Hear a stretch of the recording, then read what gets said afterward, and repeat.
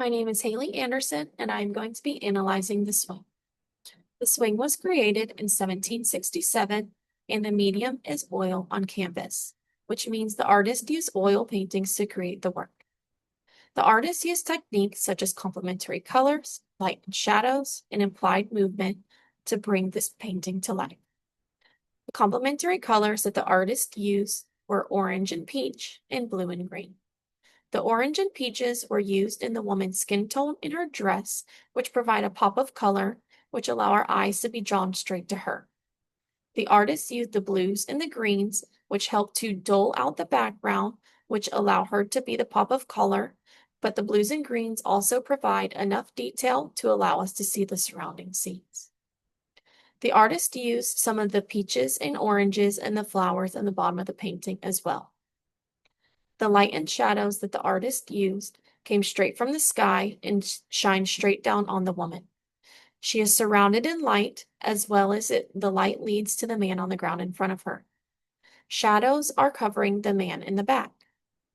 With the light shining straight on the woman and the gentleman, that is where our eyes are immediately drawn. They're drawn straight to the woman, and the woman leads our eyes straight down to the man.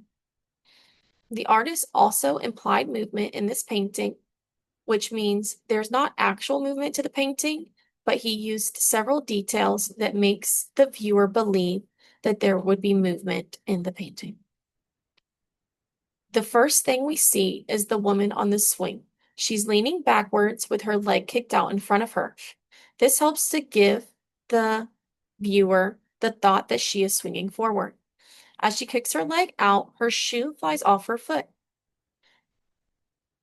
As this happens, there's also a gentleman lying on the ground. The viewer can't help but wonder if he fell whenever she swung forward. There's also a gentleman in the background of the painting holding the ropes to the swing. So the viewer is brought to believe that he is pulling the ropes forward and backwards, allowing the woman to swing forward. After we notice those details, the viewer may start to wonder who is the man on the ground and who is the gentleman in the background. The light is shining down on the man in the front, which helps the viewer to think that he might be more important to the story than the gentleman in the back. The gentleman in the back is surrounded by shadows. The gentleman in the back also looks to be oblivious to the man in front of the woman, not realizing that there's a third person in the story. The shadow covering the man in the background helps us to wonder, is he a clergyman or might he be the husband of the woman on the swing? The gentleman in the front, we start to wonder, is he the husband of the woman in the swing? Or is he just a random person in the painting?